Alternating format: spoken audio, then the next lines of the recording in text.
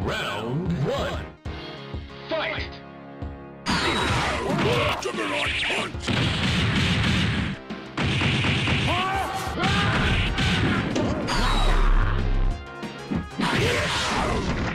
Juggernaut punch!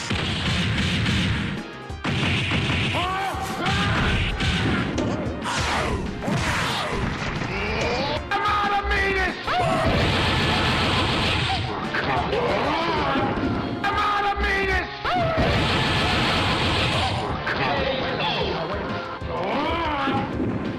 I'm out of meters! By the power of Grayskull!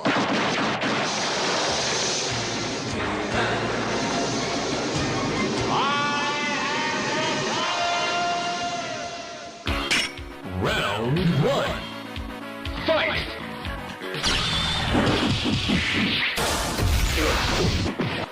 KO!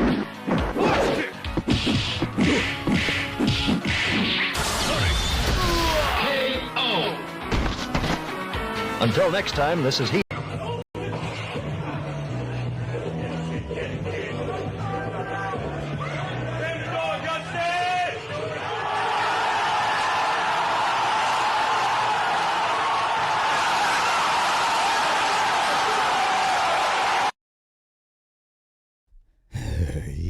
Give me a quick sound check before I get to running my mouth, please and thank you.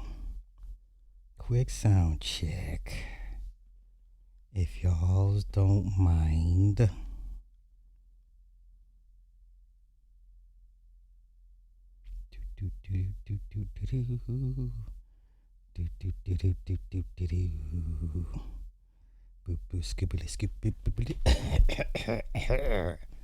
Skibbly boo doopily boo.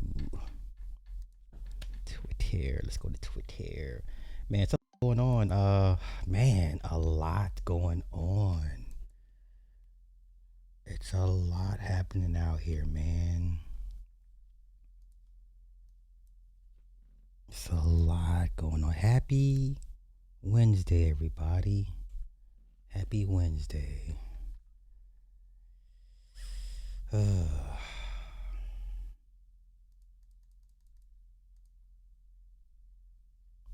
Okay, it's a lot going on. What's happening? Hug, man, what's up, bro? Man, bro, fuck you, man, bro, you good? You good? You good? Man, it's been a minute. Shout out to you, Huggy Pacino. Oh, shit. I gotta act right. Huggy's in the house, y'all. Okay. Let's go to two people, unfortunately, that are on the clock. Well, one I already think is dead. Well, he's dead. Listen, Mitch McConnell's dead, y'all. Let's just not even waste time. Mitch McConnell's dead. Just waiting for the right time to announce it. But he's been dead for a while now. That's what they typically do. These old people or these people die and they gotta wait for them right,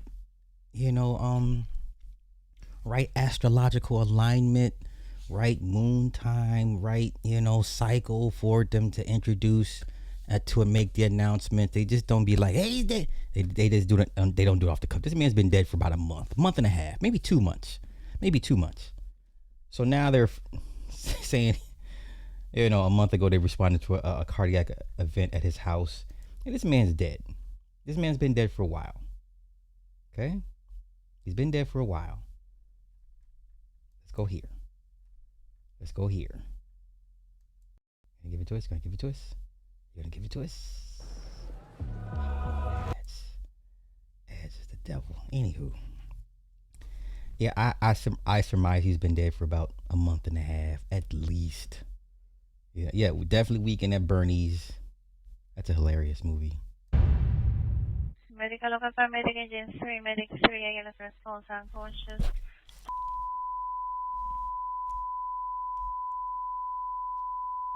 You done bleeped out everything. Medical local paramedic engine 3, medic 3, I get a response unconscious. Oh my gosh, wow. 836. EMS 2 response for cardiac arrest. Okay, you heard it, cardiac arrest.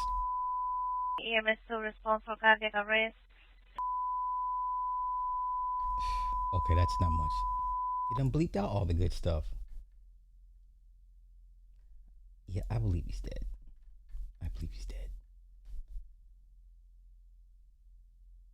I mean, look at him. Between him and Lindsey Graham, well, one would hope Lindsey Graham would go first, but we'll take Mitch McConnell. This man is, how old is he? Is this the work of the ancestors? Is Tariq Nasheed going to come online and say, oh, look, the spirit of Ogun took out a 90-year-old man? Let's see. Oh, see, Senator McConnell is still working closely with staff on Senate business and Kentucky matters as he continues his recovery. However, he will not be voting this week. We're not stupid. This man's dead. This man's in someone's refrigerator right now, okay? McConnell's office said in a short statement on June 14th, Senator McConnell was admitted to the hospital this morning. He is receiving excellent care. He has not been seen since he's dead. Okay? He's 84. Now, once again, are your pro-blacks and pro FBA grifters going to come out and say, look at what Ogun done did. The ancestors did this. This man's 84 years old. It has impacted not only your lives, but the lives of your children and grandchildren for years to come. Ancestors are not getting the job done. Okay. Who's Mitch McConnell? Man, listen, I've resigned my fate. I will live the rest of my years in moderate pain. I've been used to it now. Me trying to stretch now, for what? For what? I'll be all right. And I got practice tomorrow too. All right.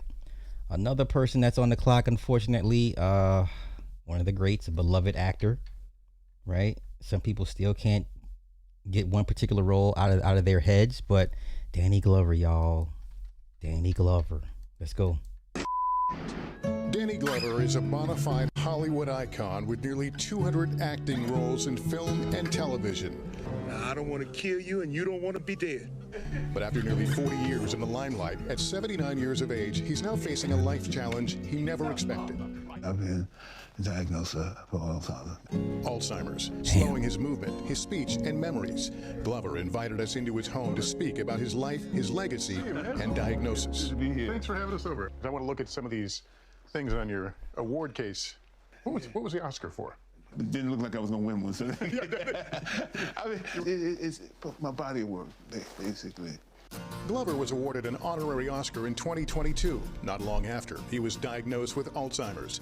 And even though he is still active, attending events and engaging with his community, the disease is taking its toll. You dealing with this Alzheimer's thing? I could live with it, in a sense. Do you fear losing your memories? Is that hard? Okay, that's a dumbass question, because by the time it progresses to the near end, he's not going to remember anything. Why would he? How are you going to remember something you've forgotten? I hate these type of questions. Like, sir, we all know how this thing works and how it ends up. He's going to forget pretty much everybody, everything. He's going to be reduced to an infantile state. Like, this is irritating. I'm sure as it advances, things are going to be different and changing. This is terrible. Terrible. He's one of the good ones, man. One of the good ones. All right. But the good thing is, he's got family. He'll be surrounded by loved ones and family. He won't be on no Sigma by myself type of. He won't be none of these guys that, you know what, let me stop. It's too easy to punch down on these guys. Okay. God bless this man.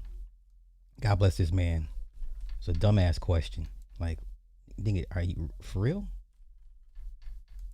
Okay. Let's go here. Let's get an update on the Lavar Ball situation. Now, I got to find a comment. Hold up. Let me go find a comment. Somebody left an excellent comment. I never watched the TV show, but the clips that I would see, he was talking hella bad to Tina. Let me find it. Was it a short? It was a short I did. Yeah. This lady left an excellent comment. I want to highlight the comment first. Then we'll get to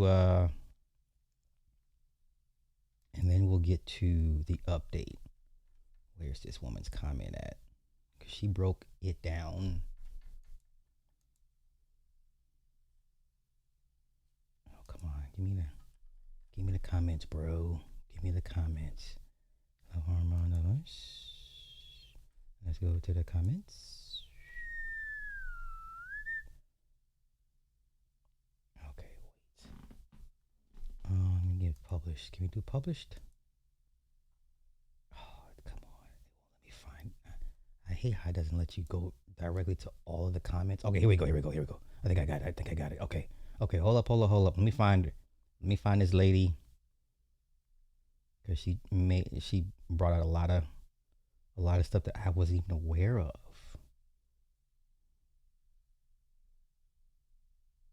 Hold on, y'all. Hold on.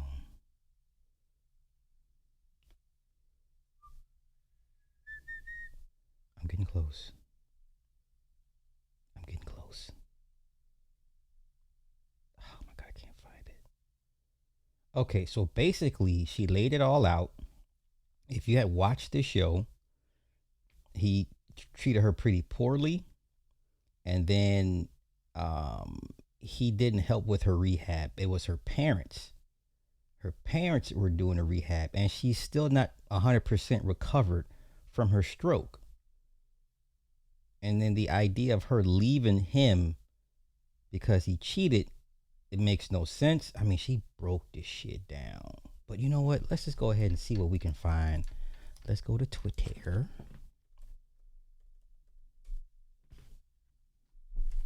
Oh shit, bro. I'm sorry to hear that, man. I'm sorry to hear that. Are you guys gonna take him to get him tested? Yeah, I heard about Hickson. I heard about it, man. Man, my thoughts and prayers go out to you, Huggy, and y'all's family, man. I hope that's not the case. Okay, let's look at the Lavar Ball reality show. Because I remember clips, and I never watched it, but he was always, I'm like, what woman wants to put up with that type of shit? So let's go here. So this is what apparently happened. Now, I would take the kids' words. I mean, kids are going to protect both parents, but the whole she leaving him because he is nonsense, or because she nursed him back to health and leave. So it's one of the boys talking. Let's go. The internet's been in an uproar about the situation. I'm going to touch on it briefly.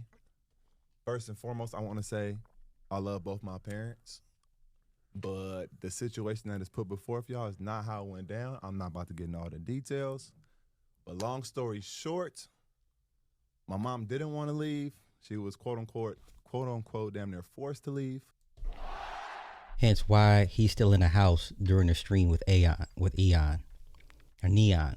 That's their house. The house that he's streaming in with Neon, with the old Puerto Rican Mexican looking chick. That's their house. That's the house she was forced to leave out of. Let's continue. I helped her leave. I'm glad she left. She's in a great spot. Shout out to Dip. Put her up nice. So she's good. My pops is good. They obviously don't fuck with each other. But I fuck with them both. And she was not wrong at all. She did not leave him because he lost his foot. That's a myth that was put out there. What else have I seen? I don't know. But my dad did a great job raising us. My mom did a great job raising us. They didn't work out, and it is what it is, man. They both doing well, and I love them both. We can move on now, unless you want to say something. Perfect answer. Perfectly stated. Now, you can come to your own conclusion and blame who you want to blame, right? Because if anybody believed that woman just left Lavar for no reason, it's crazy. And Lavar is dead wrong for lying on that lady. That lady had a whole stroke and could barely speak and walk, and Lavar talking about she left him. Yeah, and of course, you know, the anti-marriage bros are going to go in because they sense what they thought was blood in the water and make their silly commentary. Let's see. I told y'all Lavar Ball was full of it. Alonzo confirmed it. His wife never wanted to leave him, but like I told y'all, he's a narcissist, misogynistic man that was a great father, but a terrible husband to his wife. Two things can be true, yes. And you can hear it in his son's voice, coming to terms with the reality that your dad treated your mom like shit and you still love him, but she needs to leave him so bad. The sons help pack his shit. How do you force your wife to leave? Wow. I'm here for it, man. This is their house that him and Tina had. I remember this setup from the reality show. How you just bring another one? Okay, y'all got it, man. So you done brought a whole old chick into the wife's house. Wow. Nasty work. Now this is what he said. You know, with my wife, you know, who Tina decided to go her own way. That's why you don't see it right here. But she want to go do something else, that's fine with me. We had our run. So even though she had the stroke and getting older, she would never be like, oh man, she was always beautiful in my eyes until you say, I want to go do something else. Yeah. Now you're not as beautiful to me again. And like I said, when the story was coming out, I'm like, this is what he's saying. I need to hear from her or somebody else on the other side. And why are you saying this now?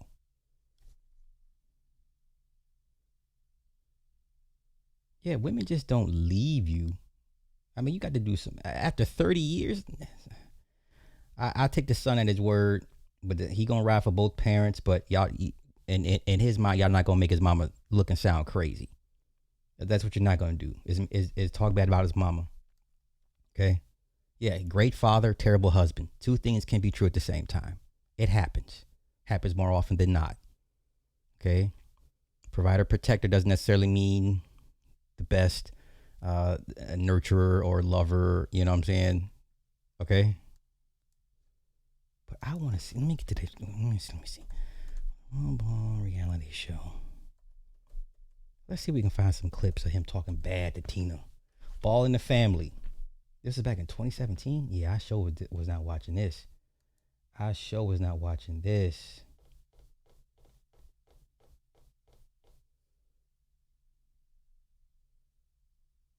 Let's see here. I believe in the family brand, but I can't fully commit to them right now. I'm gonna take this year, go out there and do my job.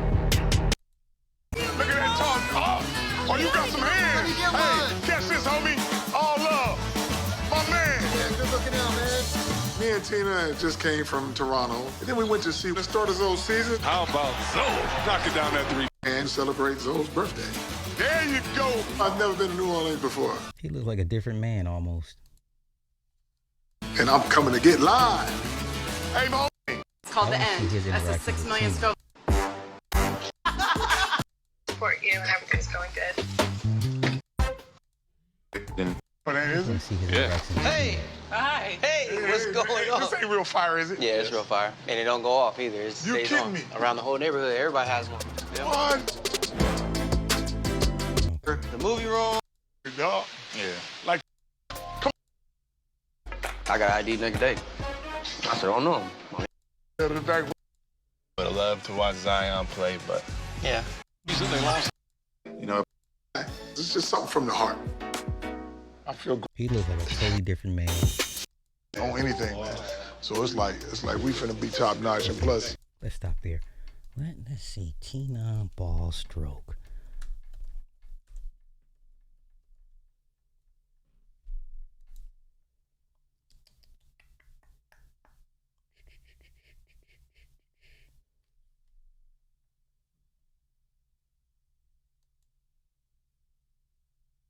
Most people know about the First Lady of the Ball family after her heartbreaking stroke. But here's her personality unrestricted. Academically, athletically, we're just really proud that he's here. And it is such a good feeling that he's a young man. You know, he's become a young man and he's done great, and we're really happy he's here. Her youngest son is holding a picture of her during her teaching days. She was a public school teacher, and as her family grew, so did her time spent in the gym with them. And she didn't mind it one bit, because she was an athlete. Tina used to get MVP for her league in high school, because she led them in rebounding, she led them in scoring, and she led them in goal. Yes. you was a 3? Yes. You got a jumper? Mid-range only, huh? No. I still have a great article that was published about Tina was in the paper all the time. Okay, let's go. Do you know how to play? Yeah, you got to. Who do you think you learned to play from? My dad. Yeah, tell me real quick. Your dad. She a spicy white woman. She's one of those white women that got a little bit of soul in her. Yeah, I know niggas was on her. I know cats was on her. Learned to play from your mom. And she played dominoes. And she played dominoes. Lord have mercy. As you can see, Tina is no pushover. Competitive, feisty, and full of personality. Nothing changed. She just couldn't let it out. She was actually a quite well-spoken person. Talk to him. My goal, we laugh at so. My goal, for all of us was just to really improve on what we all do as leaders. And I mean, That means you, Jill, like you said, stepping up, and I'm proud of you. So far, you guys have done a great job.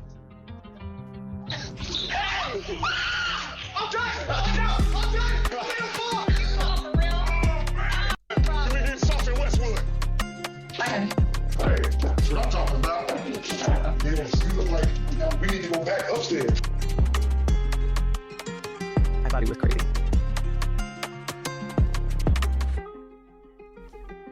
Okay, so let's get to the stroke. I was outside working with some kids, and then Big Bobby came inside and said, "Hey, Lavar, I need you inside for what?" And I said, "Hey, what the hell? Tina's inside. Go get her. I'm out here with all these kids. I don't need to be doing that. I'm doing something else."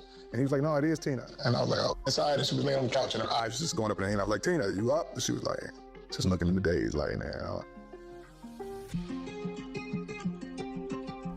Man, whoever produced this video, music too loud. That's your mom, but that's my girl. I got her. She used to have long hair, and I think when she feels her hair, it's not all there. She might be thinking, "Oh, no, I don't look as good as I normally do." And the way I always told her is like, I don't care if your eye is on the side of your face, your nose is crooked, and your lip is down. You still gonna look beautiful to me because I only see you one way. And as long as she can do two things, we good. One is smile, the other one is So you mean to tell me this woman got time to worry about new dick, and she just trying to get the use of her right arm back? And you got y'all niggas be killing me, man.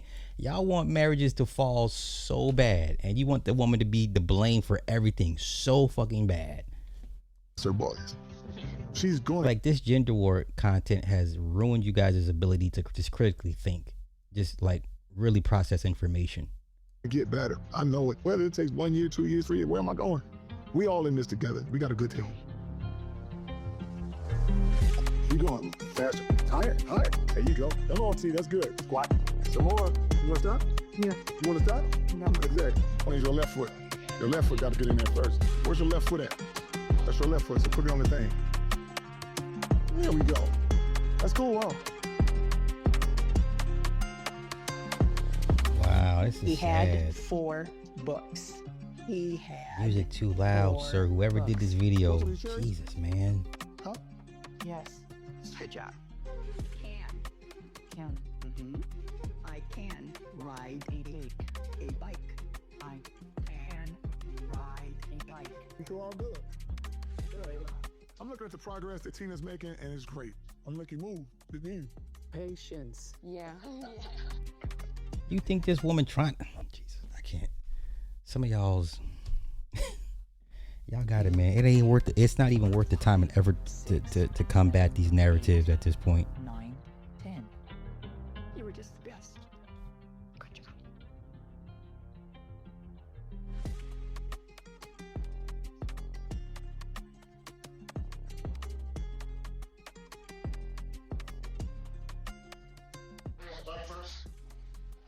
Hoverboard, baby. There we go. Why you riding so high up?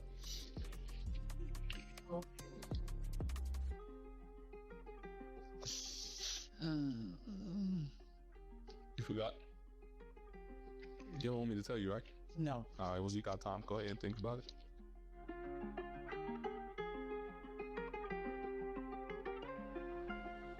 So this is the woman that nursed this maniac, right? Or left him after he lost his leg because he didn't want to take care of himself, right?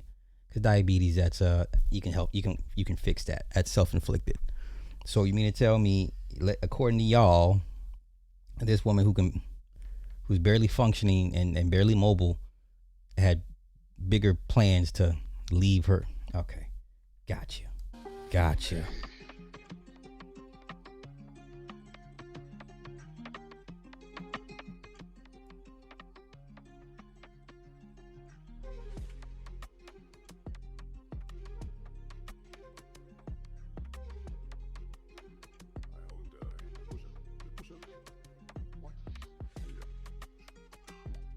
Man, I hate this for her. This is sad.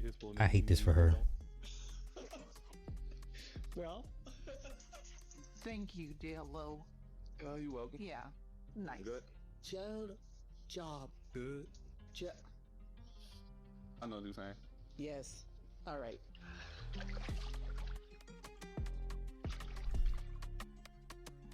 at me. That's it. Straight out. Good.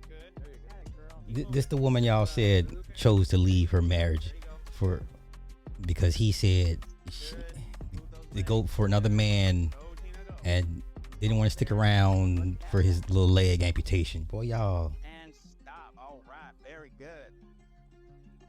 So will we get the whole cadre of videos with Lonzo saying what really took place? Yes or no? Will y'all make content on what he said, pretty much refuting everything that has been coming out the last 2 weeks? Yes or no? No, because we're a clickbait society. Right? I know. We're a clickbait society. I get it. Go, Tina. There you go. Keep going.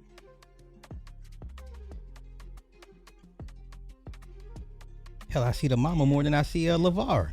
I see a whole different change in her. Lights on. Strawberry milk Lavar. She's making some real headway, don't you think? Of course. Thank you. You're getting clogged. You're welcome. Do you like How come I see the parents more than I see Lavar? It's good, isn't it? Yes. You couldn't be at a better place. And here's a date between Lavar and Tina, before and after, to contrast. We need to go back upstairs. No. 40 years later, would you think we'd still be here doing the same thing that when we started off when I first met you? No, I didn't believe we were having no boys like you told me when I first met you. I don't think people understand how much time we put into this. The direction that we're going with this is on a whole different level.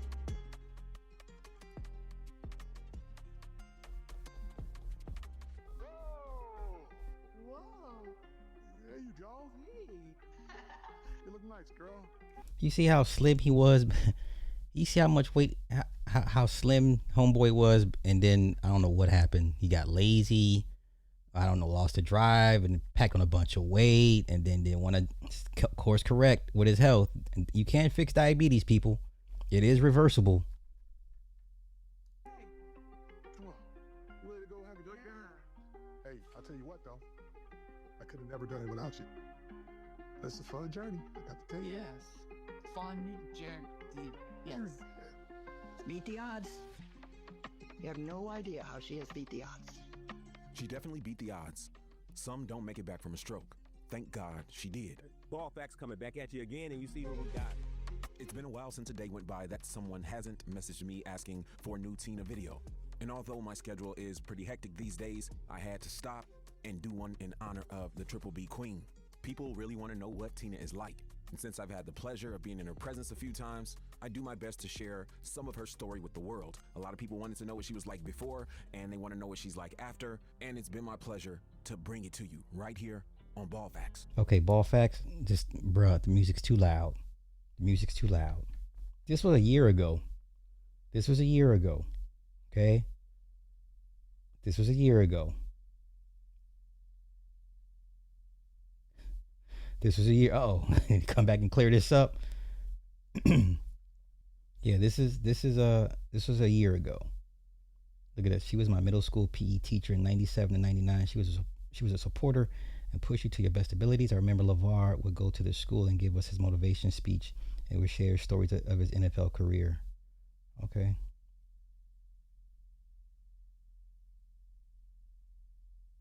Okay.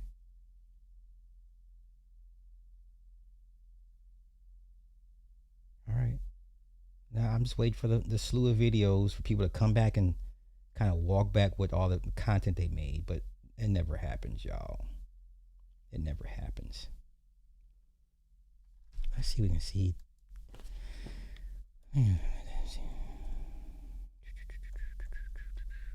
So you know, forced a woman out her damn home that she turned into a home with you. Okay. This is old. So no new updates, which I wouldn't expect. Okay. Well, at least TMZ is picking it up. At least TMZ is doing their part. At least TMZ is doing their part. Same clip. Situation. I'm going to touch on it briefly. First and foremost, I want to say I love both my parents. But the situation that is put before y'all is not how it went down. I'm not about to get into all the details. But long story short, my mom didn't want to leave. She was quote unquote, they're forced to leave. I helped her leave. I'm glad she left. She's in a great spot. Shout out to Dip. Put her up nice. So she's good. My pops is good. They obviously Sad. don't fuck with each other. This is sad. But I fuck with them both, and she was not wrong at all. She did not leave him because he lost his foot. That's a myth that was put out there. What else have I seen? I don't know. But my dad did a great job raising us. My mom did a great job raising us. They didn't work out, and it is what it is, man. They both doing well, and I love them both. Okay, so we'll couch Greg Adams and MTR. No, yeah. Are they gonna clear it? No, okay, never mind. All right. Okay. Well, I'm glad one of the sons said something.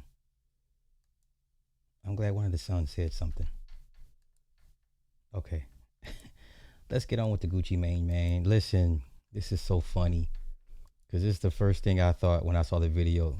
This is how people expect Gucci to react. Yeah, Nick, go out like John Wick. Yes, sir. I expect you to go out like John Wick. Yes, sir.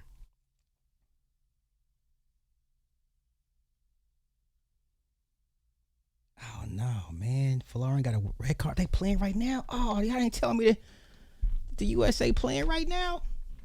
But this is how I expect Gucci Mane to act. Yes, sir. You spent 20 years crafting this image of a hard, stone cold, no nonsense type of guy, and you got a body on you, even though it's self-defense, but that kind of gave you even more street cred. I need you to go out like the streets. Hold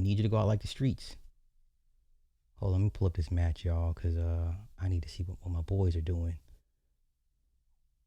Yeah, this is the knockout round. Here we go. Okay. Oh, yeah. Okay. Y'all didn't tell me the damn match was on. You guys suck. Anywho, okay, let's go here. Let's break this thing down. Let's go. You dropping this done. Oh, we up. Oh, we got this, y'all. We up. 2-0, 87 minutes. Oh, we up. Okay. We got this. Let's go. Ooh, we got the Draco. Goddamn. I know you dropping me. I drop you. No, I said. Who should actually drop from 10-17? Shout out to real nigga ain't never did no police shit or none of that, bro. Tell them what's going on. Bro, we just did that. That's done. What you do? You drop. You said you want to be dropped. You drop. That's not how it works, sir. You need paperwork to drop somebody. a verbal statement under duress, sir. He has a firearm that fires a 7.62 by 39 round. In the vicinity. That's not illegal. It's not a legal maneuver. Okay, this is under duress. But let's continue. It's done. Shit, oh shit. You dropping this done deal. Bro, let them know it's a done deal. Let them know you dropping. I drop you. No, I said. Who should actually drop from 10-17? Shout out to real nigga ain't never did no police shit or none of that, bro. Tell them what's going on. Bro, we just did that. That's done. What you do? You drop. You said you want to be dropped. You drop. Sign the paper. It's done. Okay. No, you should have went out like John Wick. Sorry. Where you should have channeled East Atlanta Santa and turned into Snow Mane, Gucci Mane, and the Bart Simpson Gucci Mane that squared up on somebody in a mall 30 years ago. Yeah, he's done for sure. He's done. But he's still, for all that shit that Gucci was talking for 20 years on wax. I'm just saying, man, should have done something.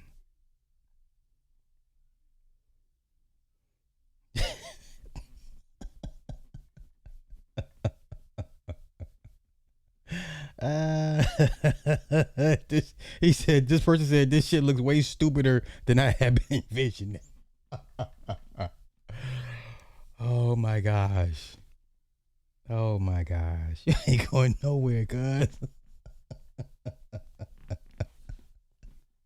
Yeah, we need this version of Gucci. Where is this version of Gucci Mane?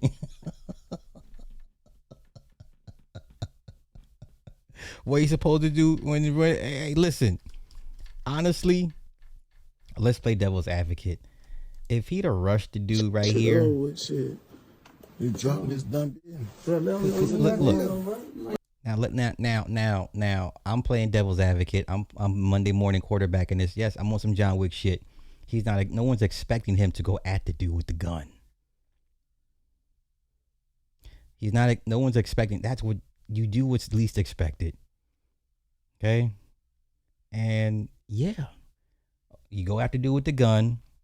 He's not expecting it. He doesn't strike me as a somebody that's heavily into firearms or, you know, combat defense. He doesn't strike me as that type. One of those other guys would have froze because they'd be like, oh, wait, this wasn't part of the plan. And then you have maybe two more to kind of wrestle you off. I don't know, but he's not expecting him to do anything. That's the thing. And once again, I'm being ignorant, but 9 times out of 10, when someone pulls a gun out, they're not expecting to use it, and they're not expecting you to rush them either. Okay? This is way too close. Look, this is way too close. So you're pointing it down, not pointing it at me. I got an opportunity here. Yeah, there's 3 other guys, but guess what's going to happen? One of those guys is going to freeze up because they see us tussling over the gun. You know? Wrist control. Possibly get control of the finger. You know, he's not expecting, okay? That's just my thing, okay? All right. Hey, listen. This man, come on, man. For 25 years, Gucci Mane has fed y'all what? Positive music? Uplifting music? No, nigga, I need you to be that person that you were on wax. All those mixtapes that we all bought and listened to. I need East Atlanta Santa. I need the Bart Simpson to come on out and put in work. Now all of a sudden, come on, slide now, live to fight another day. Man, if y'all don't get that bullshit out of my face with that's nonsense. Nonsense. Listen, you're up this close on somebody and you're not pointing at him. The last thing he's expecting is anyone to rush him. Look how close he is. Man, if you don't go ahead and just take that from him.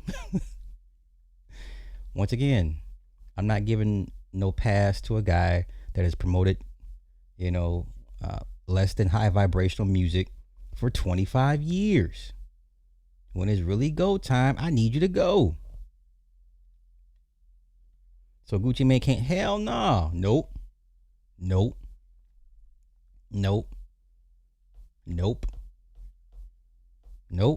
Live by the sword, die by the sword. Oh man, they getting it.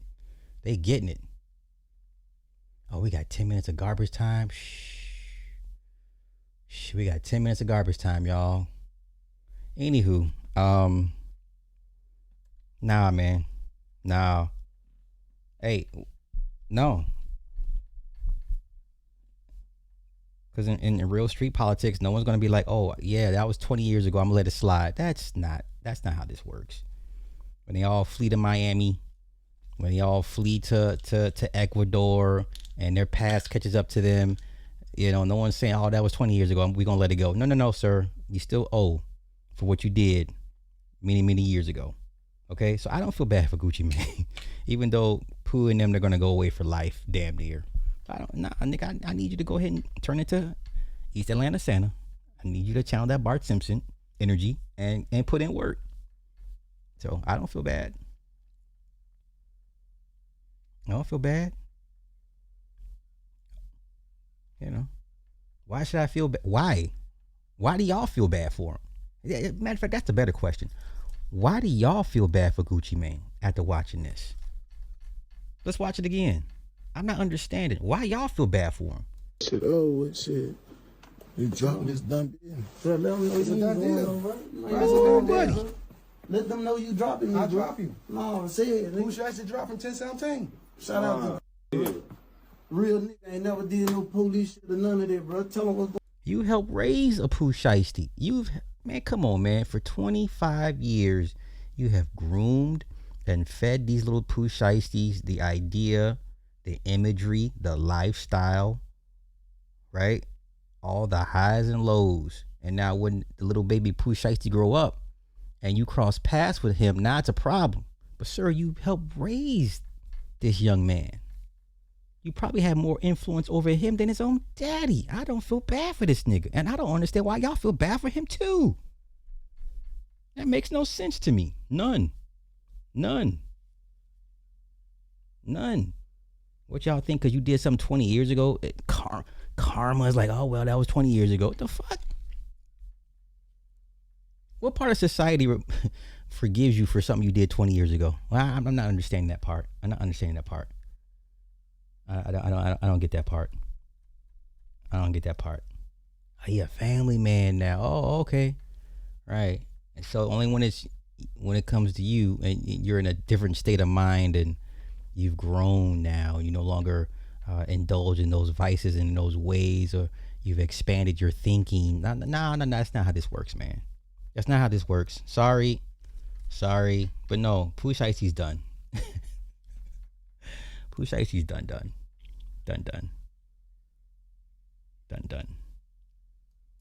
But I enjoy watching him get laid down, though. Okay, so I'm burning through all my main topics, and I'm okay with that. Let's go to the Boston Celtics trading Jaylen Brown. Now, I don't know what to tell you. This is not about championships. Okay, it's not about championships. These teams are still going to be worth billions of dollars. These fans that complain are still going to show up and spend the monies. They're just bodies to them. Man, I just got done watching Moneyball. Brad Pitt, Jonah Hill. Excellent movie about how they view athletes. They're just bodies. Man, those phone calls when he's making Willie Bean on the phone with the other GMs, like, hey, I want this. Give me some cash. You know, I'm looking to get rid of somebody. And it's just like so just cold. Like their product. And you think Jaylen Brown is any different? You know? Nobody is bigger than a program. So, but it gets even, it's even dicier though. Because now we have private equity firms buying into sports. Now once private equity firms show up, everybody go home. So let's do this. And I've said this many times before. We've broken down all the teams, all their valuations from NFL to NBA. It's not about winning championships. That's only for you peasants. Only peasants care about championships. So all the New York peasants, and I respectfully call y'all peasants because it's surface level. It's surface level. But let's go here. The elephant in the room is this tanking situation. The Utah Jazz resting star players for an entire fourth quarter of a game that they were actually leading. It's an embarrassment. It's horrible. Everyone keeps arguing about why teams aren't trying hard enough to win. For decades, owners chased championships. Losing didn't just hurt the team, it hurt their owner's reputation in their city. But something is changing. The people buying teams and what they want from them is different now. Now, teams are treated like Wall Street investments, and if the goal is maximizing the money you make, winning doesn't always matter the way it used to. But the real question is, why have owners become comfortable losing? Because today, many owners don't actually need to win to make money. Is that right? So championships don't matter. Haven't mattered for a very long time. As a Chicago sports fan, I learned this at the age of 10. Matter of fact, it was age 11. The Bears won in 85, 86. They blew the team up. The Bears won in 85. One of the greatest defenses, if not the greatest defense ever. Pretty good offense, but they're known for the defense. And in 86, blew the fucking team all the way up. Didn't want to pay these guys what they're worth. And my dad sat me down and said, hey, it's not about winning. Some things are just beyond winning. And I didn't understand it till I got a little older. I was like, oh, 86, I believe the Giants won it with Phil Simms. They didn't want to pay Wilbur. Didn't want to pay Dan. Didn't want to pay Mike. Didn't want to pay Richard. Didn't want to pay Mongo. Didn't want to pay whoever. You know what I'm saying? you know, let's go. Let's go here. Let's keep it going. And that question leads straight to private equity. Today, nearly 2/3 of the NBA, more than half of Major League Baseball, nearly 1/3 of the NFL and NHL, and half of MLS has a connection to private equity. That's where all the logos and all the patches on the jerseys and on the floors, all the company logos and on the billboards now. You knew it was over once you started seeing other patches on the logo, company patches on the logo. All right, USA did that. USA did that. USA did that. Yeah, the brothers. Yeah, there you go. Alhamdulillah. Alhamdulillah. There you go. To the zip. Yeah, we here now. We here now. Hey, did y'all see the match between Norway and Ivory Coast? That was nasty, man. That was nasty. A lot of racial tension in that match. I was watching that shit. I said, look at all these goddamn Swedish Vikings. And, you know, the Ivory Coast brothers were jacked too. You know what I'm saying? They had a bunch of Obafemis on that team. It was like Thor versus Obafemi. I was like, this is a good ass match, but they lost at the very last minute, man. I was like, oh my God, they lost 2-1. Big Thor hit a shot, kicked it in off a pass. I was like, God damn, but that was a good ass match. But there was a lot of racial tension in that match. A lot of racial tension in that match. I mean, one side of the team was all black, chocolate black, and the other side was all just blue-eyed blonde. I think I might have seen one mixed Norwegian on that team. Might have been the goalie, but everybody else was all fucking named. They looked like their names were Sven and Olin and Thor. And they had a bunch of Obafemis on the other side. That was a good ass match though. Let's continue.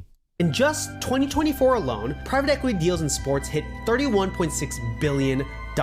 So why are billionaire team owners, who are already people with enormous amounts of money, bring these firms into sports? Sir, you're asking a rhetorical question. Extremely rhetorical. But I get it. I get it. Some people are slow. Private equity is how Bill Chisholm, the new owner of the Boston Celtics, made all of his money. And in August 2025, he bought his favorite childhood team. That's the fairy tale version of the story. But this is the part. Look at this shit. So he bought it for $6.1 billion, on pace to become the first team in NBA history to surpass $500 million in combined payroll and luxury tax next season. You think they give a fuck about a goddamn Jaylen Brown?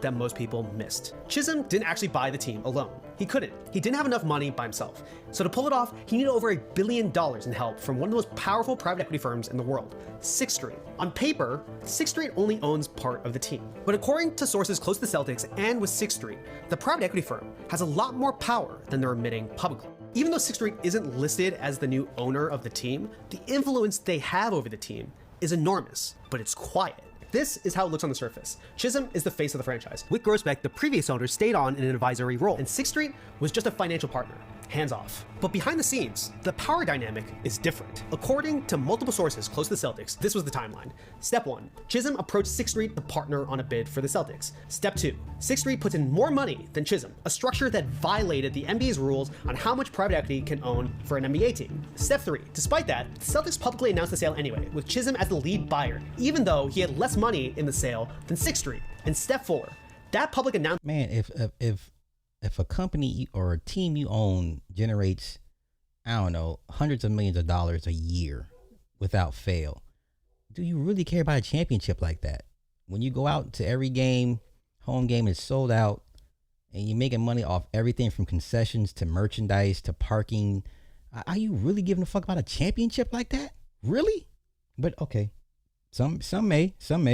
Helped Chisholm raise money from other investors, allowing him to reduce Sixth Street's percentage after the fact and bring the deal into compliance with the NBA's rules on private equity. So while the NBA was eventually able to get Chisholm and the Celtics to comply with their rules around private equity, the power dynamic was already set. Chisholm could not have bought the Celtics without the help of private equity. And both sides know this. I talked to a source close to Sixth Street who said that part of the reason Why they went in on this deal with Bill Chisholm is because they'd had a relationship with him outside of sports. They knew him and they trusted him and they wanted him, because he was a Celtics fan, to be the face of the sale and be the face of the ownership group for the new Boston Celtics, owned in part by the private equity firm. That relationship gives 6th Street a lot of power over Chisholm and the Celtics. And because of that, there's a catch in the ownership structure of how this deal was made. 6th Street negotiated what's called a preferred share, a special kind of equity within the team that guarantees that the private equity firm gets their money back first if anything goes wrong. If the Celtics lose value, 6th Street still gets all of their money back. If the other owners lose money on the Celtics, 6th Street doesn't lose any of it. In a traditional team structure, power equates ownership percentage. If you own 30%, you get 30% of the vote. But preferred shares break that logic. 6th Street could own 10% or 15%, but they would have way more influence than that percentage indicates. So while the Celtics want you to believe that Bill Chisholm is the most powerful person in the organization, the actual power structure centers around the private equity firm 6th Street. I reached out to representatives for both the Celtics and 6th Street, and both did not respond to requests for comment. Of course. Okay. So now, does the Jaylen Brown trade make more sense now? They don't care about Jaylen Brown. They got their little ring to keep you peasants happy for another 15 years, for another 15-year drought. Do you understand? Like, what I'm starting to see now, every decade, these teams had these long-ass droughts. Hey, let them win. Let them have it this year. Keep their fans happy. Everybody cool with that? Okay, we cool with that. So whoever had these long ass drought, they get a little championship. Come on, the Knicks, 53 fucking years. Seriously, you mean to tell me? Let's take the New York Knicks for example. You mean to tell me for 53 years? Let's take Boston. How long was the Boston Bambino curse? That was like, it was. Wait. Oh, wait, we're going to go down this rabbit hole.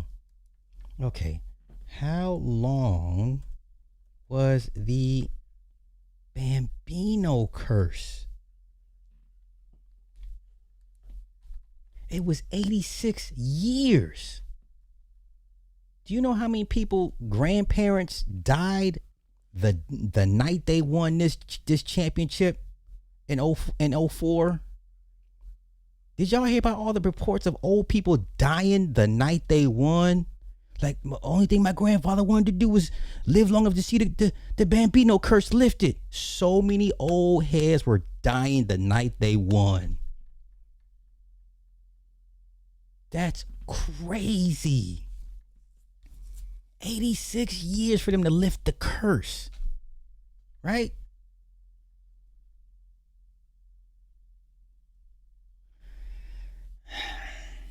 So the Knicks, 53 years. Hey, y'all, it's been a while since we had one. Can you think we can get one this year? Everybody cool with that? Yeah, let them have it this year. You got to keep the peasants happy. You got to give them a reason to keep coming back and spending money. Right? The illusion of being a contender, or, oh, we almost got there. Maybe next year, guys. Maybe next year. Maybe next year. Matter of fact, let's look up. How many people, if we can find that actual stat, but I remember the news reports that night they won, so many people were like, a lot of old people were dying. How many elderly, I don't even know if I can ask that question right. How many elderly people died the night the Red Sox won in 2004? Is that even a right question to ask? Is this even possible?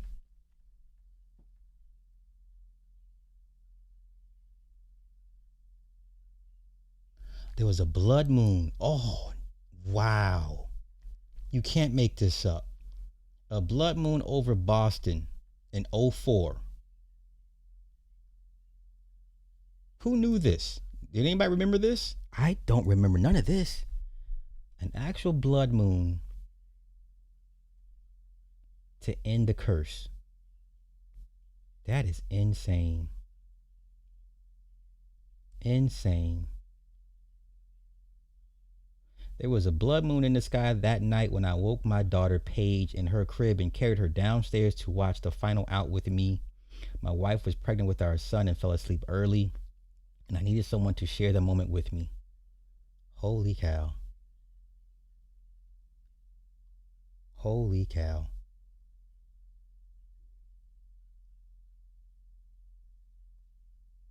Holy cow. There was a blood moon in the sky as I cried on the night of October 27th, 2004. I don't think y'all remember how it was for Boston. I cried for the end of 86 years of torment and unanswered prayers, and you'll get them next year. I cried for an entire generation of fans who lived long lives and died without ever seeing the Red Sox win a World Series. I cried for my daughter who was asleep in my arms and my son who was unborn. Do y'all hear this? Are you listening to this shit?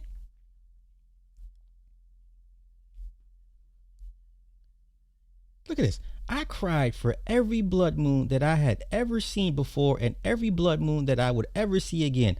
I cried, and I called my father. He answered the phone on the first ring. They did it. I know, and I said didn't know what else to say, afraid I might cry again. Can you imagine calling your dad because your favorite sports team won? Like, what?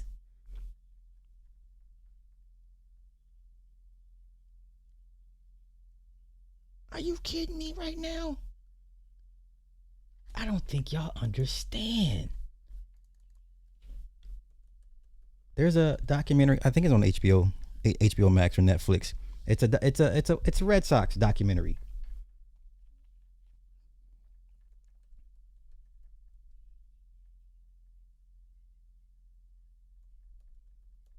I don't think we gotta go back, y'all. We gotta go back. That shit was pandemonium when they won. I don't think y'all understand. Winning the World Series. Nah, this was different. You knew watching this way back then. It's like, this is a little different.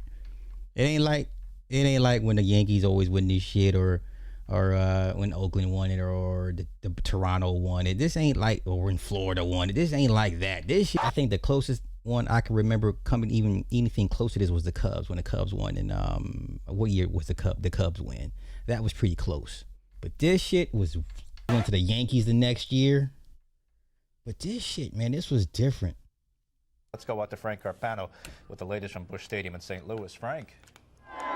Hey, Gene, what a wild scene here. The Red Sox, the world champion Red Sox. What a great ring that has to it. Well, Red Sox fans had been long suffering, waiting for that special night when they could call their team World Series champions. They've been disappointed so many times over the years, but this was going to be a special night. The championship trophy has been walked out to the mound. And our camera caught one man who was dressed in a Red Sox jersey and a Red Sox hat. And he was standing, seemed to be alone, looking up to the sky and holding a finger up. And we watched him as he mouthed the words, "For you, Dad." Wow. It was then that we... Sir, your daddy is in a whole nother dimension, not thinking about no goddamn Red Sox. Realized that there were a lot of Red Sox fans in the crowd who were celebrating with many others who were no longer with us. Happy? You must be happy. I'm ecstatic. No, I can't believe the way it unfolded for us. It's unbelievable. But for 86 years, you fans didn't give up. You waited for this night. Yeah, this was different. Nonetheless.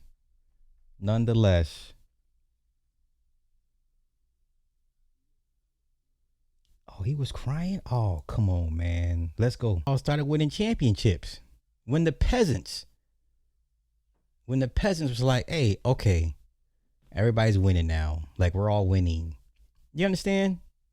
Like, when the peasants stopped fighting each other and realized, okay, wait, you won a couple years ago, we won this year, and you know, what's the fight for what now at this point? Completely bread and circus. Complete bread and circus. And this ain't no diss to nobody. If you're a sports fan, I used to be one. I understand it. Some things you just kind of grow out of. But hey, if you're a sports fan, no diss. Congrats to y'all's team. You Knicks fan, congrats to y'all. But 53 years, you mean to tell me y'all team was your organization could never put a team together good enough to win the whole thing in 53 fucking years? 53 years. Okay. I just want to put things in proper context, man. Like, and that was 18 years ago. Let's see when the Cubs, when the Cubs won. Now I ain't gonna front though. I was like, yeah, okay, the Cubs. Oh, let's go here. How long what was for them? 1908, y'all. 1908. You're talking about 100 fucking years, man. Look at this shit here. I'm not mad. I'm not mad. I get it. I too at one point was a sports fan. I get it. Come on with the music, man. I'm killing with the music. Listen, I remember watching that Cubs collapse when Steve Bartman interfered with the play. But guess what? If you watch the rest of that game, the Cubs had chances to win that game. But that Steve Bartman shit, this is what I mean when the peasants. That man, life was on the line.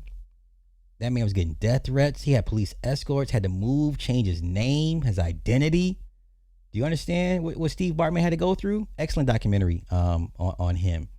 But they really blamed him for that. And I'm like, no, if y'all watch the rest of the game, they had chances to win that game. Right?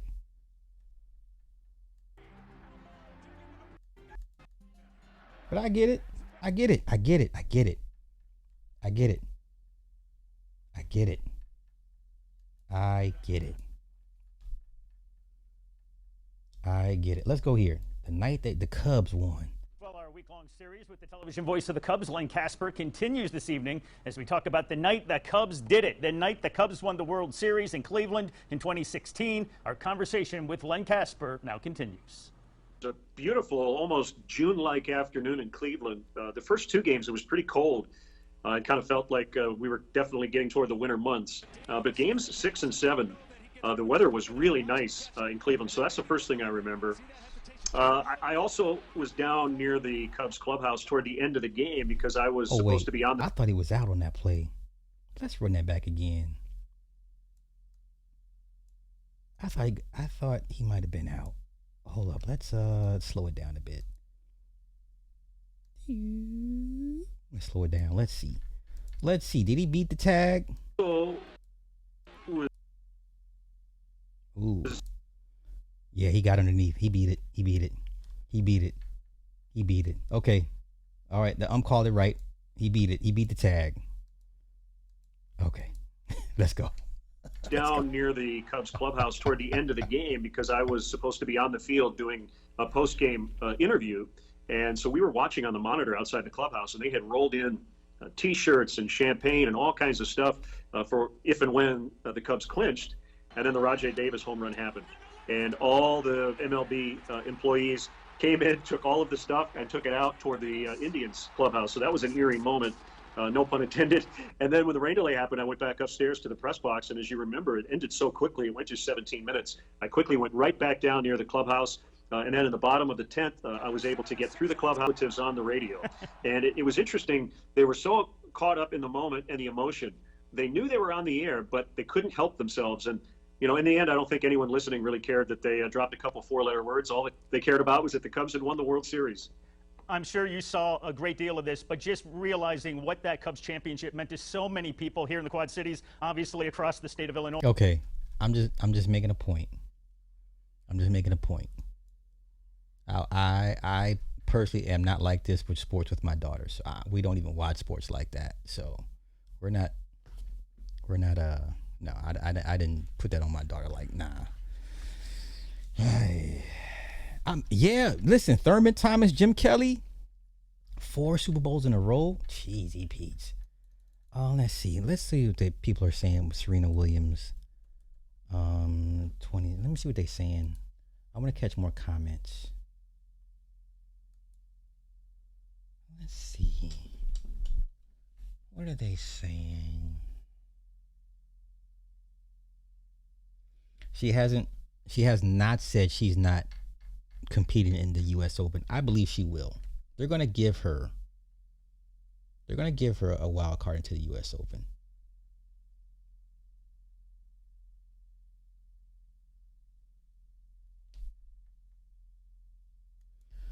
How's she doing a doubles match? I didn't even watch.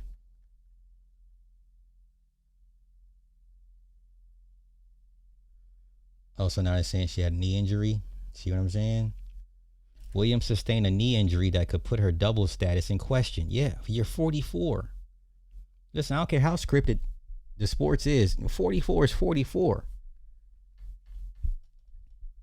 Williams agent Jill Smoller confirmed her injury Wednesday, though did not rule out the 44-year-old from making her doubles appearance at the event.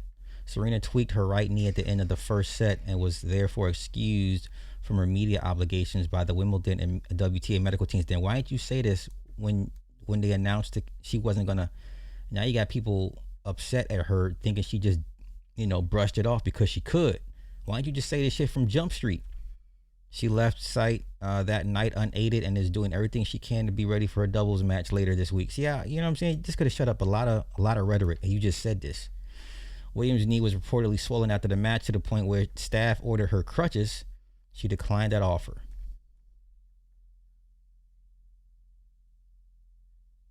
Okay.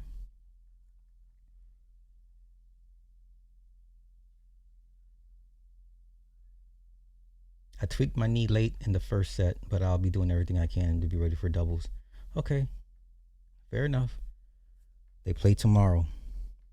All right. Now they're saying she didn't take part in media obligations due to injury. Well, no, when they reported that she was canceling the press conference, no one said it was because of injuries. This man, the press plays a nasty game with you. They play a nasty game with you. Okay. Once again, and then Boston fans are just losing their minds over this Jaylen Brown. Like, how could you give us a washed up Paul George? And I mean, once again, peasants. And I ain't trying to. When I say peasants, I don't mean that in a disrespectful manner. I don't mean that at all. I know it sounds bad, but man, if you're one of those people that are really upset because of Jaylen Brown, I don't know what to tell you. Like you are bread and circus. Like these people are. Boston fans are upset right now. And this is part of the reason why they got his ass up out of here, because he was talking smack. He went to a college. What college did he go to, y'all? Gave a speech. He gave a presentation, and it was pretty informative. But nobody likes smarty art niggas. Okay, yeah, that's what I wanted to say. Nobody likes smarty art athletes. You're paid to, like old girl told LeBron, shut up and dribble. Nobody wants to know about how big your IQ is. Nobody wants to know if you know about quantum mathematics. Nobody wants to know. No one cares. That's not why you're famous. You're not famous for your intellect. You're famous for your physicality, sir. You're very good at dribbling and shooting. Stick to that. Okay? And I commend Jaylen Brown. He's very ambitious and wanting to save the youth and all these youth programs with, the STEM programs. Admirable, but you keep that shit on the low. You do it on the back end. You don't hold press conferences saying, "Hey, I want to invest in a charter school for the wayward kids and underprivileged youth." And you keep that shit to yourself. You let your charity do that. Yeah, your name's on it, but you don't mention that. How do y'all not understand how to maneuver in the greater society with these megalomaniacs? This is insane, but this is part of what got his ass up out of here.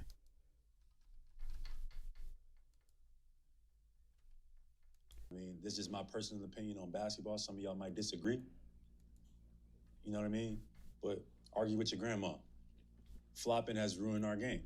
Joel Embiid is a great player, one of the best bigs in fucking basketball history. Flops. Sir, you about to be face to face with that man in about 24 hours. I bet I would love to see that confrontation in person. Are you gonna say that to him in his face? He know it. This ain't breaking news. This ain't, you know what I mean? It is what it is. I can clip it up, Like I said, y'all can post it on these paid accounts that y'all, these bot, whatever. That's just my. Okay, and what is Embiid? What is he? 7'4", 7'5"? Oh my God. Anywho, I just want y'all to see how upset these people are. Everybody's look at peasants. Look, I just know that the Celtics felt that even though Jaylen Brown was talking about himself for MVP, or there was this MVP campaign for Jaylen Brown, the Celtics did not feel that Jaylen had the best season on their team. And I don't mean Jason Tatum. I'm talking about they felt that Derek White had a better season, despite the fact he had a poor shooting season. And then the sports announcers help feed and fan the flames that the peasants use to cook their meat and bread over the fires. Okay, but they felt he impacted winning. There's a whole ecosystem here. The statistics that people used to analyze, on, off, and whatnot. Yeah. Jordan did it the best. Exactly. Keep your mouth shut. Play your game. Sell your products. Stay out of politics and religion.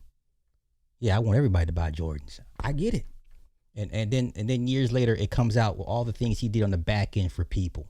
That's how it's supposed to go. Right? Same thing with Michael. Same thing with Prince, Aretha.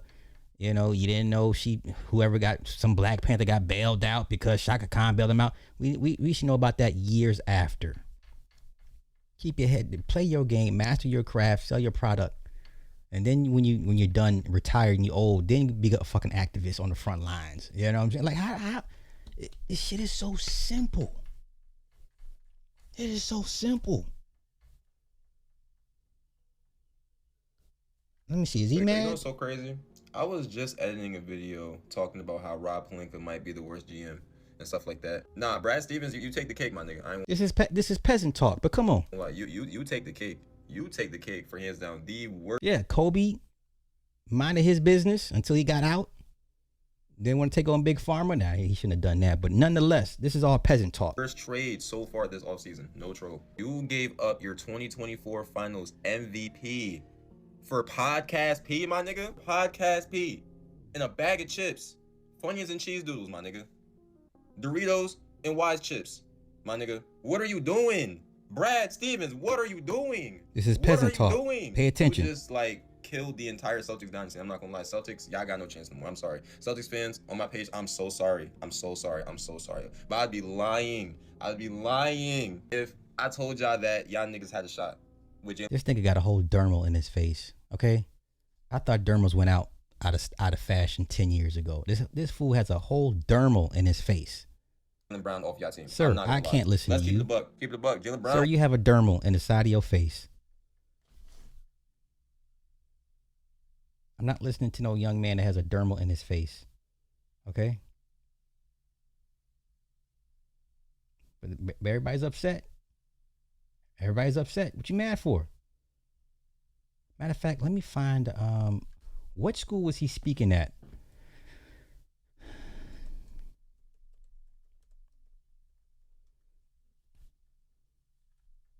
What school was he at that he gave a presentation at?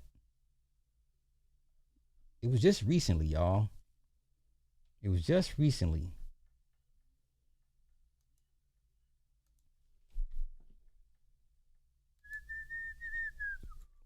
Jaylen Brown's, let's say, school speech. Oh no, it's school present. Let's do presentation, yeah.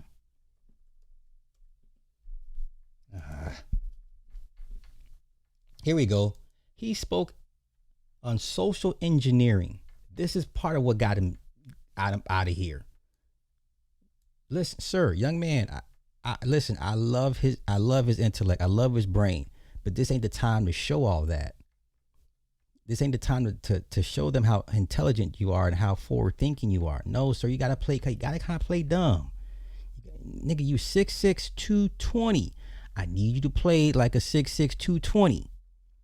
I need you to play dumb for a little bit. But this is what partly what got him up out of Boston. You can't be no smarty art nigga, man. Talking about breaking panopticism, also algorithmic social engineering.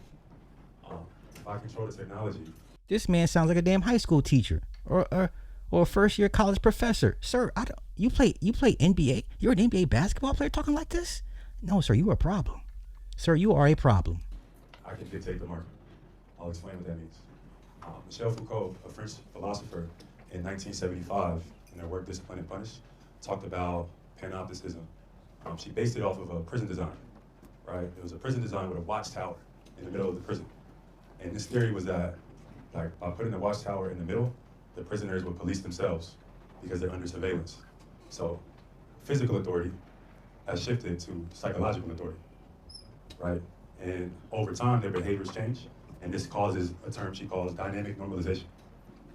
So in the digital age, the watchtower has transferred.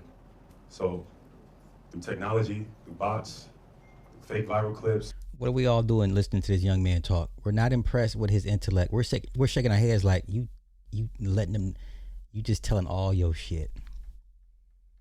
We're just shaking our heads like, and you just let them know that all this is inside of you right now. This ain't the time to show off. This ain't the time to show off. If your intellect was that important, sir, you'd be in an educational program. You'd be on some fast track educational program. You're here because you can play ball. Okay? You're here because you play ball very well. But come on.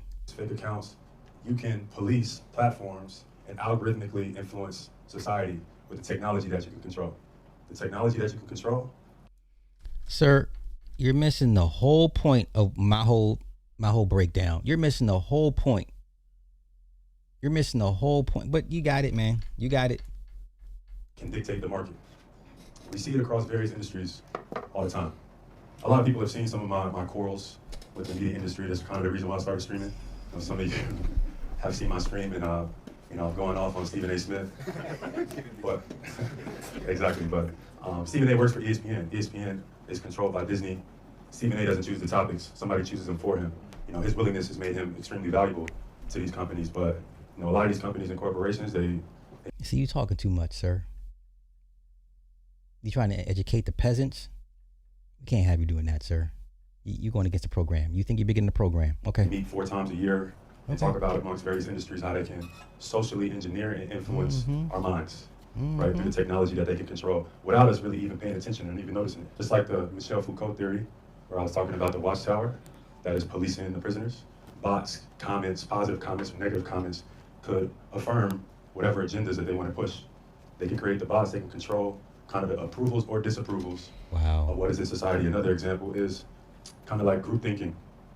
If I control a bunch of platforms, or I control a bunch of accounts, or have a bunch of partners that are all in cahoots with me, I can also socially engineer conversations, start trends, kind of create a herd mentality where you think it's natural, but it's all algorithmically engineered to dictate the market. And then the last one I would say is like the digital dopamine. A lot of us are addicted to social media. We don't even know it, right? The rewarding feeling of getting likes, the rewarding feeling of getting impressions can cause addiction. And the opposite of that. Listen, do this when you're done playing ball. Do this when you're done playing ball, when they have one less leash around your neck. Oh, but okay. Can cause the opposite, anxiety and depression. This is all reinforcing the overarching Michel Foucault's theory, the watchtower. And the philosophy is that physical authority has shifted to psychological authority. I was doing media after Celtics practice, and a writer came up to me and was asking me questions about politics and sports. And I just thought I'll just share my thoughts, the things that I learned at Berkeley. And I ended up telling him that sports is used as a mechanism for control. So that's exactly what he titled the article. Jaylen Brown says sports is used as a mechanism for control. I gained some support, but mostly I got a lot of backlash. But the front office, Danny Ainge at the time, called me into his office and was like, how could you say this? You're saying sports is used as a mechanism for control. So they were already warning you. So he said, Danny Ainge called him into the office and said, hey, what are you doing? So he's been warned. They'll give you a chance. They'll bring you in for that one-on-one and be like, hey, all that, stop that shit. But you just benefited from sports and changed your family generationally. And he's right. And I told him sports can be used to do great things, bring people together, change people's lives, inspire people, motivate, but it also can be used as the opposite. So I told Danny, it could be used as a way to distract people from what's really going on in society. there's panopticons, watchtowers, that exist within sports as well, where like media training is like a way of programming athletes to think, act, and behave the same. Nothing controversial, nothing political, nothing unsafe. And the people that I admire the most were the exact opposite of that. Muhammad Ali, Bill Russell, Jim Brown, they all use their platforms for something beyond sports. So while I'm here, while I got my platform, those who are listening and those who may be listening in the future back home, I just want to encourage people to be not afraid to be who you are, be proud of where you come from, and to think critically and think for yourself. When I was in high school, I had to make a big decision. I was the #1 player in the country. People would think that's an easy decision to make. It's actually one of the hardest I've ever had to make. Like, as an 18-year-old, you can go to any school in the world that you want to based upon your talent and your ability. How do you narrow it down, right? So, typically most human beings would see like, okay, players like me or people like me, let's see what other people like me, decisions they made. So that's what I kind of did. A lot of the players that were like me went to Kentucky or Kansas or North Carolina. That was the typical algorithm within a top 5 player, top 5 prospect in the world. So I made a decision that at 18 that if I was going to use my platform, I was going to be in control. So instead, I went to UC Berkeley and explored my educational career versus going to what the algorithm would have preferred me to do. So first of all, where's the sweet spot between authenticity and strategy? Because we know streaming platforms are made by the same people who are willing to cancel you when you talk about something that that is not going accordingly towards what they really want people to know. When it comes to how I decided to use my platform, I lean in on authenticity more than anything. When I made a decision about how I'm going to use my platform, I'm okay with the consequence. Okay. So he said he okay with the consequences. Okay, you got it, bruh. Okay, he's in Orlando tonight. He's in Orlando earlier tonight.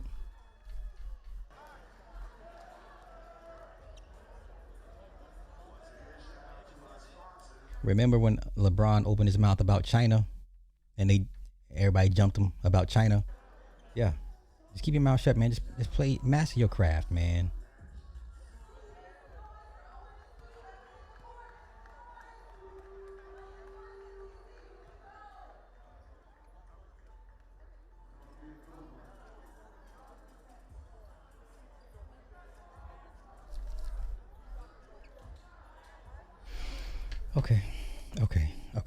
Okay.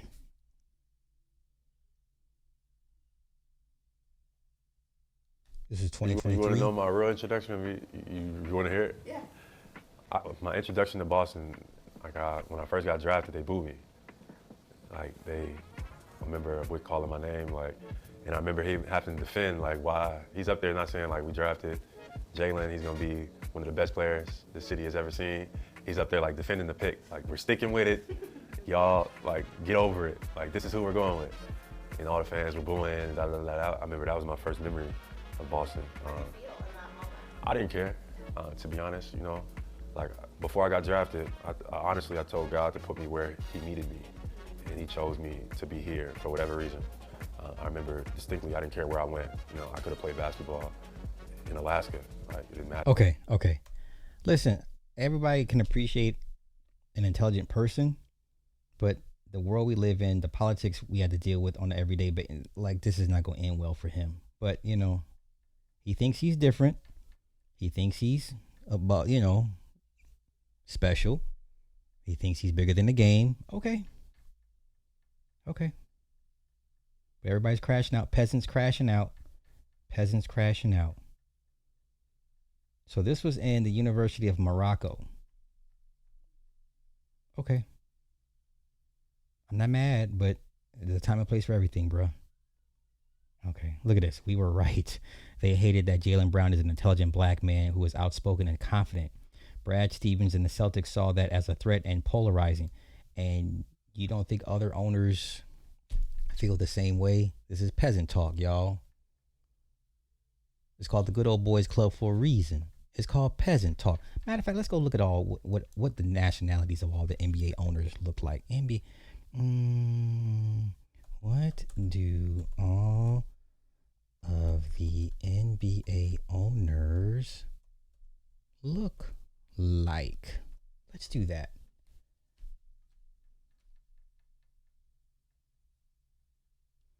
Okay, this should be 2021. Let's go here. 2021 NBA owners from oldest to youngest. Okay, this Herbert Simons 91. The Pacers. Jerry Reinsdorf 89. Just pay attention to the ethnicity, nationality, whatever you want to choose for the. Laren Tannenbaum 80. Gail Benson. Who?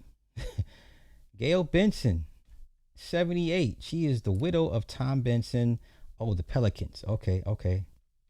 Mickey Arison 76. Ann Walton Cronky. Okay, pay attention. James Dolan. The Knicks. Right? Okay. Steve Ballmer. Right? Joe Lacob. Ted Leonissus. Or Leonissus, whatever. Tillman Fertitta. He's one of them Fertitta boys that they bought the UFC. They're running with Dana. Vivek Ranadiv. So we got our first Indian. Sacramento Kings. Jody Allen. Clay Bennett. Dan Devos. Tony Resler. Wesley Edens. Whit Gruseback. Jeannie Buss. Listen, if I could just get into her circle. Let's continue. Dan Gilbert. Tom Gores. Joseph Tsai. So we got Indian and an Asian. Josh Harris. Rick Schnall.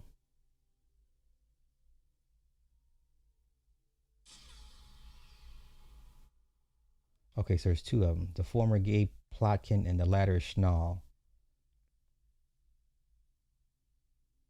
So who's who? Okay, wait. Let me look them up.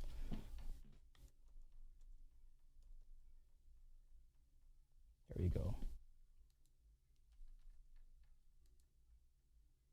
So it didn't go to a brother. Okay. So no brothers so far. All right, let's continue. No brothers so far. So that's Rick. This is Rick. Oh, no. That's Rick. Okay, this is Rick. Let's continue. Patrick Dumont, Mark Lohr, Ryan Smith, Robert Pera, Matt Ishbia, Peter Holt.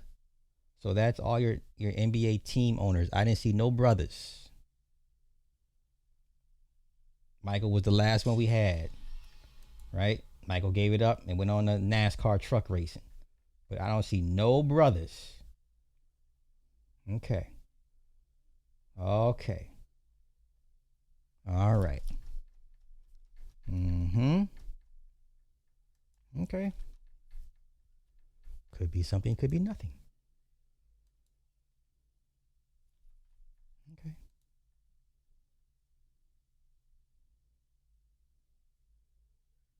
So this is who all the Celtics get for Jaylen Brown. They get Paul George, 2 first-round picks, and 2 second-round picks. Now, anybody on paper can tell you that's not a good trade. Anybody can look at that and tell you that's not a good trade.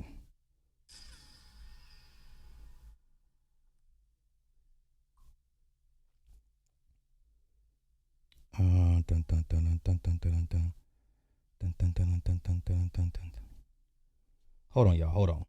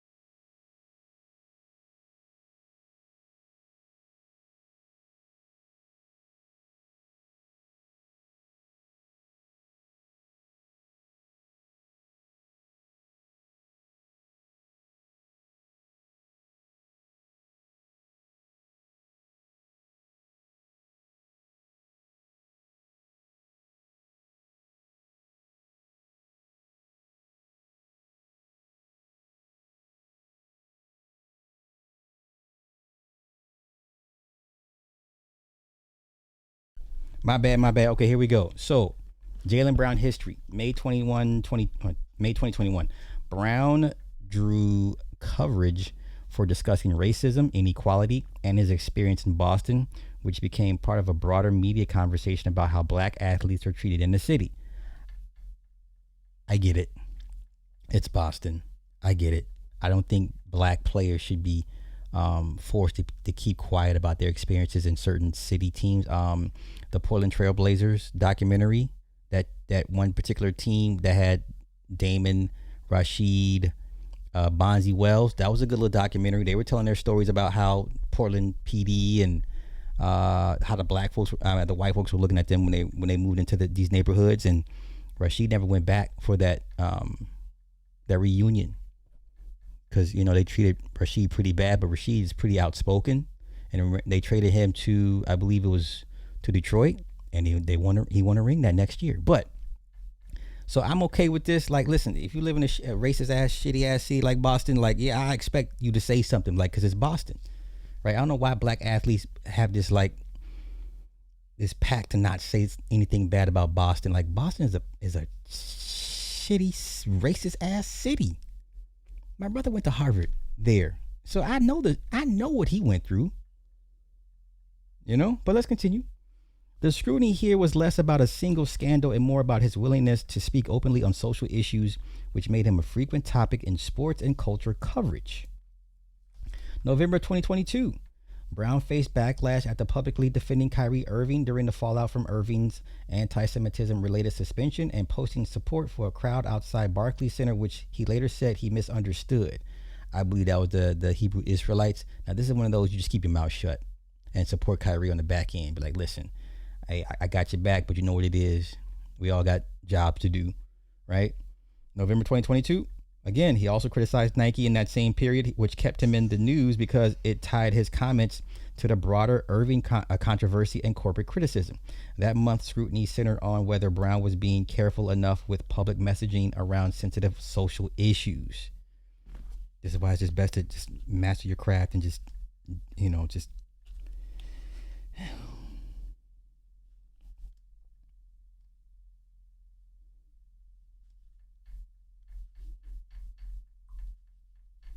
Okay.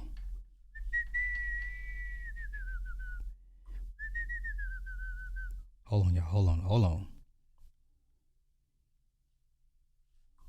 Okay. Let's continue. 2023 of March, Brown criticized part of the Celtics fan base as extremely toxic, and the comments sparked discussion about his relationship with Boston fans and the media's portrayal of him. Media focus in 2023 was less on-court performance and more on his public frustration with criticism, fan pressure, and the racial dynamics in Boston. I get it.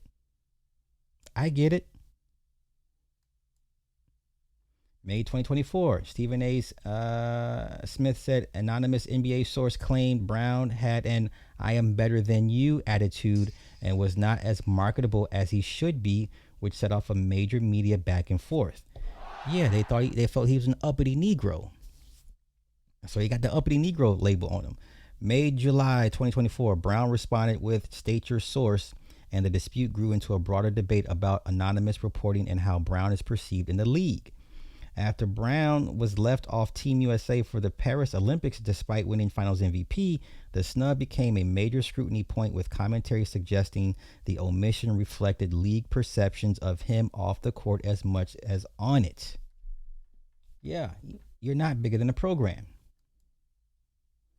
December 2025, Brown was fined $25,000 for a throat slash gesture after a game against Detroit, which brought negative attention for his on-court temperament. This was a smaller controversy than the 2024 Olympic and media source debate, but it kept his name in disciplinary headlines. May 2026, he was fined $50,000 after accusing officials of having an agenda against him during the playoff loss to Philadelphia, and the fine intensified scrutiny around both his comments and his playoff conduct. Nigga, shut up. You're not going to beat them. This is what I mean. Just put your head down and just dribble the ball and shut up, man. I get it. When the contract is up in Boston, leave.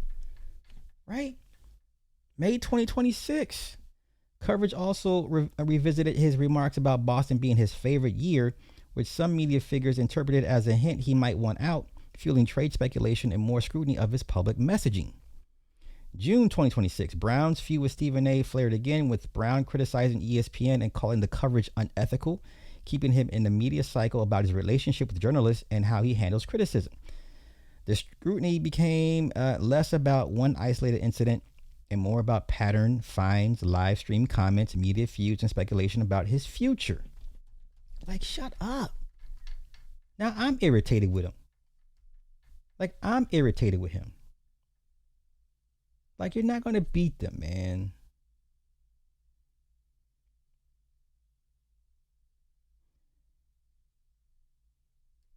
Emergency pod in the can up soon. Okay, so confirm to me my guess. Celtics brass can't stand JB talking about his intellectual superiority and how he was probably accepted into Harvard, but that's not, we don't know about that. But chose Berkeley to be more free because I don't know how they let him go for PG and picks. I'll say this. The time when I took Mini-Me to visit Berkeley, it was a weird vibe, man. I can't put my finger on it, but those 2 days we spent at Berkeley, and it's its own little bubble in that city. And then there's Berkeley, and then there's everything around Berkeley. And it just felt like if I couldn't tell you what a liberal was, go to Berkeley and you would understand. Like, whatever you deem liberal is, that's Berkeley. You know, and I was like, how you like? She's like, nah, I'm good. She said it's weird here, you know. So it was like almost too free.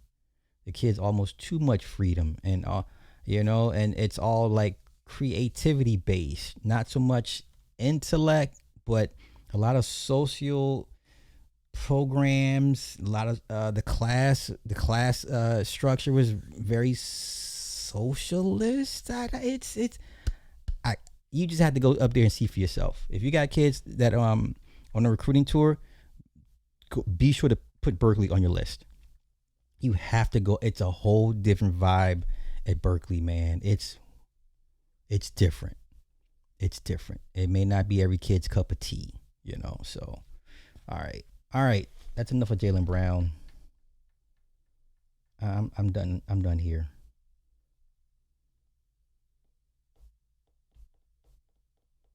Let's see. No, he has his own shoes. Let's see what his shoes are selling.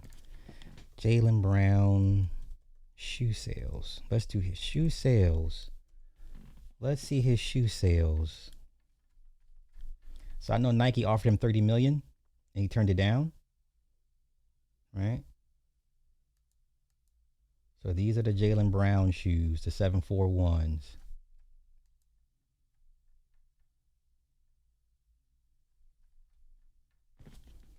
I'm not mad at anybody that you know bets on themselves. I'm not mad at that.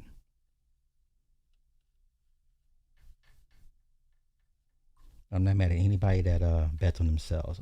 So let's check out his shoes. Let's go here, footwear.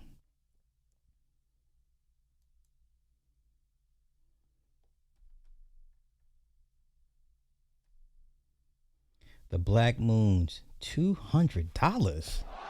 Oh, sir, no. Sir, no. That's not. You didn't learn from Shaq and Stephon Marbury and Patrick Ewing, sir? No.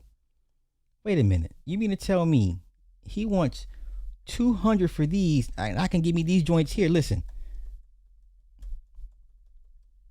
these the Patrick Ewing joints go hard. They went hard back then. They still go hard now.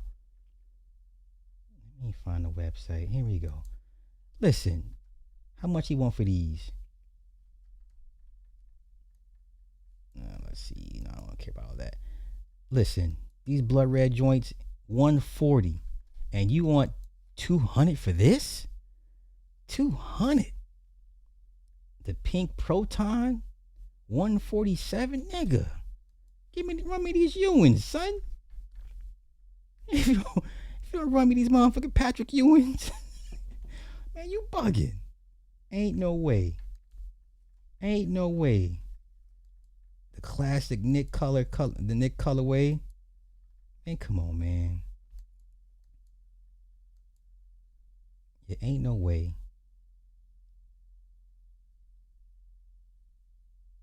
These are for 100. These 100. These 140. These are suede joints. Okay. Yeah, no. I mean, I respect the hustle. I'm not paying. No. What is this shit here? What is this? Reflective, like, glad I'm cool. No. Let me see what else you got. I know you got apparel. So we got footwear. Let's do apparel. Let's do men's apparel. Let's see what type of sweats and stuff you got. Okay, let's see what we got here. Boxy t-shirt, $85. No, thank you. The hoodie, $135. No, I'll pass. You got the hooded puffer for $300. Nah, I'm cool. Not my cup of tea.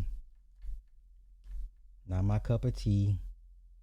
The Reposit cargo pants. These is $185. Listen, you go to Old Navy and get you some fresh cargo pants. My wife bought me a couple pairs, the tan and the blacks. Like $50 for both of them. Nigga, what? I'm sorry. Yeah, I ain't got it. I ain't got $185 to give you for some cargo pants. Hey, as he should. Hey, I ain't mad. You just not gonna get out of me though.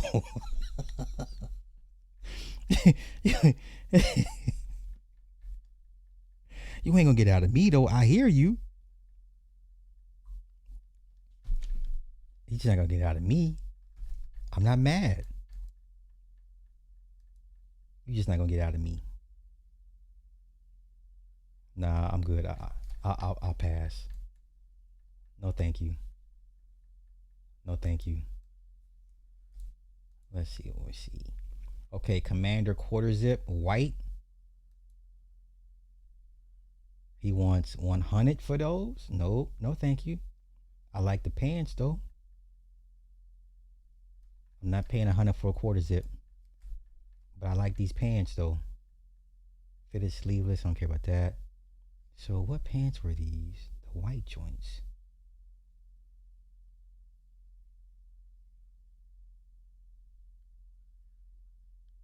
So why are you gonna show the white pants if they're not for sale?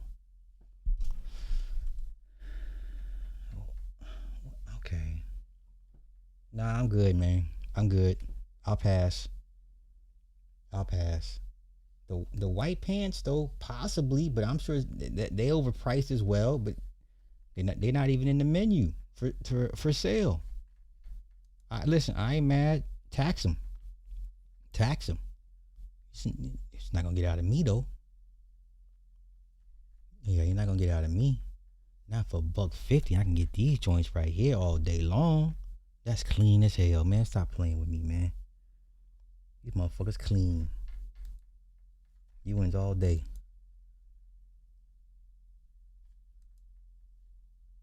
Yeah, you wins all day. And they don't make your feet look big either. I like how they don't make your feet look big. Especially for like bigger sizes, they don't look big. Make you look like you got small feet. Yeah, all day, man. You bugging. Man, yeah, run me them Patrick Ewings all. Bruh. Okay. Bruh. How much were Lavar sneakers? Are those shit still for sale? No, big brand shoes. Like, don't they all have Nike deals now? A big baller brand. Yeah, don't they all have like Nike deals now? Didn't they get away from the shoes with their daddy? I remember all the injuries they were reporting because they were poorly constructed. Now, these shits look trash. I'm cool. You playing basketball in these joints? Oh no, sir. 179? Oh no. No. Oh no. No, sir. No. Okay, Melo got the Puma deal. Okay, I'm about to say, I know they got away from these motherfucking shoes. I know they got some real shoe money. I'm about to say, I know they got some real shoe money. Nah, I'm good. 180 for these joints. I ain't mad. You're not gonna get out of me. Let's see accessories. What you got for accessories? Nope. No, thank you. $300 for a Lavar ball signed. No. $120 for the hats? Oh no, y'all doing too much. $120 for the hat. Look at all this price influx. So you got $120 for the hat, but $5 for the lanyard, and $60 for the backpack. Yeah, no, thank you. No, thank you. $120 for a hat. Boy, I ain't never. I would never. Okay. Okay.